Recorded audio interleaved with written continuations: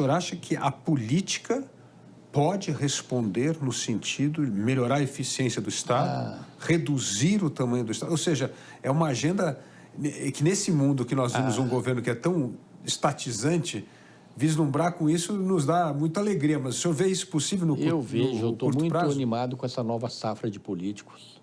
O Topado em Florianópolis, o Ratinho no Paraná, o Eduardo Pimentel, que agora deve assumir a prefeitura de Curitiba, em Curitiba, o Eduardo Paes, o Pedro Paulo, o Rodrigo Pacheco, Alexandre Silveira, o Otto Alencar, o Antônio Brito, o Braide de São Luís, o Tarcísio, que é a grande revelação, é a cereja do bolo da renovação. Olha o Tarcísio, em pouco tempo surge um cara que todo brasileiro hoje fala, se ele for presidente vai ser muito bom para o Brasil. Está vendo uma safra nova, eu citei aqui políticos de esquerda, de direita, de centro, que é muito saudável, não é? Essa convivência entre divergência própria da democracia. Então, você vê que tem gente boa em todos os partidos aí, bem avaliada, fazendo bem, sem problemas na vida pessoal, não é? E destacando-se, assim, anos-luz na frente dos outros, o Tarcísio. E pensando, vislumbrando agora 2026, além do Tarcísio, quais outros bons nomes que nós temos aí para disputar a presidência da República? Eu acho que são os nomes colocados mesmo, né? No nosso campo, né? O Tarcísio, que não é um candidato natural. Ratinho também é um nome. A candidatura natural do Tarcísio é a reeleição de governador. O Caiado, o Ratinho, né? O próprio Zema, afinal de contas, está bem avaliado em Minas Gerais, se reelegeu. É um governo sem problemas, sem recursos também, não é? Acho que o ponto negativo do Zema foi não ter conseguido, ao longo dos seus 8 anos, 8 não, 6, ter resolvido a questão da dívida. Isso amarra ele, né? Sim. Isso amarra muito. Então, o Ratinho é excelente, sou suspeito por falar.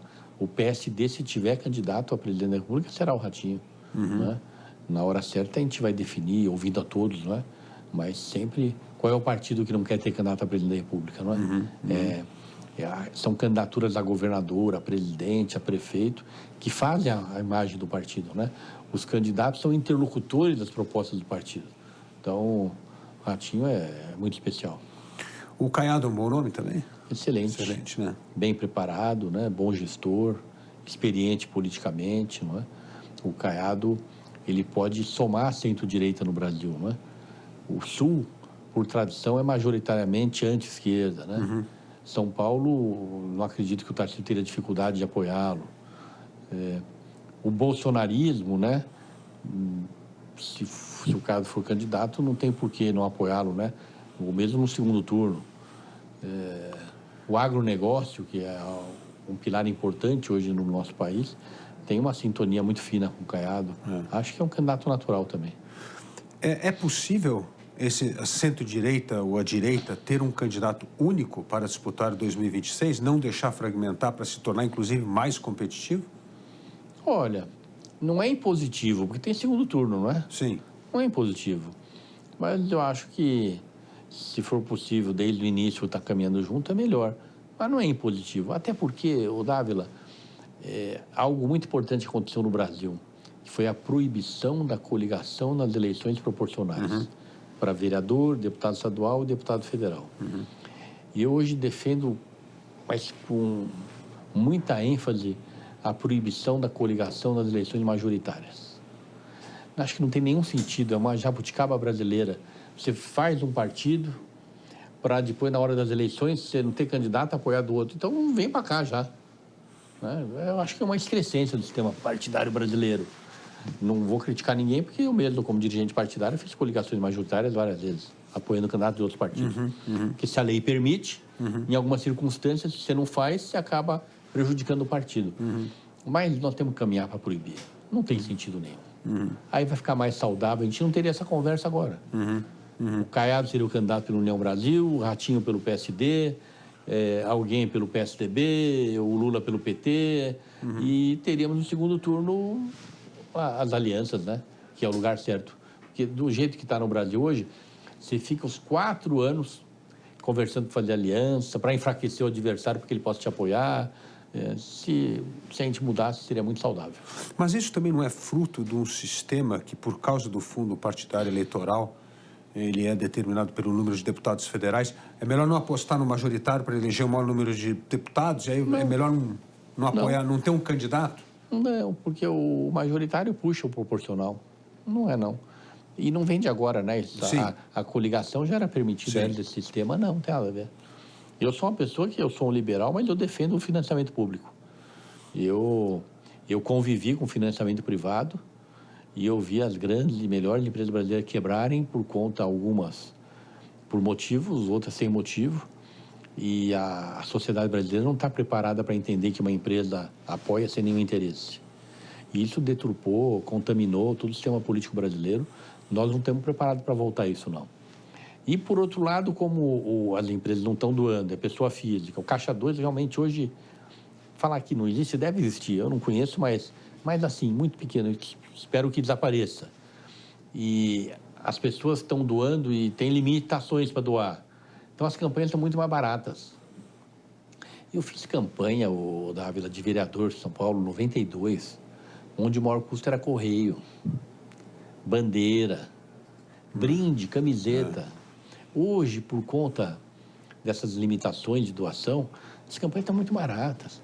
Tinha showmício por majoritário, tinha showmício por majoritário. Cada showmício era milhares e milhares de dólares. Não é? Cobrava em dólar, aqueles grandes artistas. Então, o financiamento público, os partidos estão acostumados, estão se acostumando a conviver, estão diminuindo as suas campanhas, sabem priorizar. Cada vez mais a sociedade está aprendendo a fiscalizar. Eu acho que não é esse o problema da democracia brasileira, não é o problema da reeleição.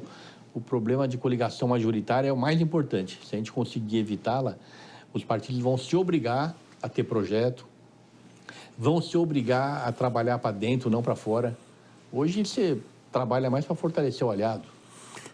Mas o dinheiro do fundo eleitoral vem crescendo de uma forma mais rápida do que as campanhas estão barateando. Não é preciso dar precisa ver, de repente, se ele não começou errado, né?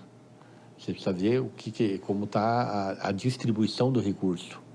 Se ele for distribuído com bastante capilaridade, está adequado. Eu acho que mais importante do que o valor é a fiscalização. Não é esse o problema do Brasil, não. No orçamento de trilhões e trilhões, você não ter mais aquela suspeição de que o sistema de financiamento era corrupto, porque quem doava tinha interesse e quem recebia tinha interesse em agradar quem doava. Acho que isso aí é algo que passou, nós estamos livres disso hoje, não existe mais essa percepção e realmente não é para ver mesmo, porque não existe. Então, eu não estou dizendo que não possa voltar, mas não é esse o problema do Brasil hoje, não. Então, resumindo, a reforma política seria o fim das coligações majoritárias. Manter o fim da coligação proporcional. Que os partidos legendas de aluguel querem voltar. Sim. Não deixar voltar. Sim. Não é? Aumentar a transparência dos recursos, seja do fundo partidário ou do fundo eleitoral. Tudo isso vai levar a gente a ter menos partidos. E cada partido... Porque não adianta... Não tem 30 ideologias do mundo. O partido, ele existe para representar uma ideologia, para que as pessoas enxerguem aquele partido e falem, aquele é o meu partido. E daí os candidatos desse partido traduzam e representem essas ideologias. Enquanto você tiver coligação majoritária, quer dizer, eu vi uma coligação que um colega me mandou hoje, em qualquer lugar do Brasil, estava lá PSOL, PL, PSD, PSDB, imagina PSOL com PL. Mas a lei permite, de repente, aquela realidade local lá, não tinha jeito, tinha que fazer. Agora, se a lei não permitir, fica mais fácil. E a cláusula de barreira? O senhor acha que é importante continuar subindo? Lógico. Sim. Ela vai... Então... O ideal é que nós tentamos, quando aprovamos a lei, que fosse até 5%, como foi aqui há 20 anos atrás. Sim. E o Supremo derrubou, infelizmente. Agora, o que a gente conseguiu aprovar foi um aumento gradual, 0,5% por eleição, até chegar a 3%. Mas, possivelmente, quando chegar a 3%, a gente consiga aprovar para ser mais 2%. Vai chegar em 5%. E isso daria para aprovar? 26, a partir de 26 daria para aprovar? Sempre com vigência. Sim, 2030, 2034. Por que é mais fácil? Porque existe sempre uma percepção do eleito, lá, no caso do deputado federal, o senador, poxa, eu fui eleito por esse sistema, não quero mudar. Então tá bom, então vamos mudar para quem vem lá na frente? Aí sim. Foi assim que a gente conseguiu aprovar do jeito que está hoje e vai ser assim que a gente vai conseguir aprovar a proibição da coligação majoritária. Vamos fazer valer para 2034, 2038, pensando no Brasil, não em nós.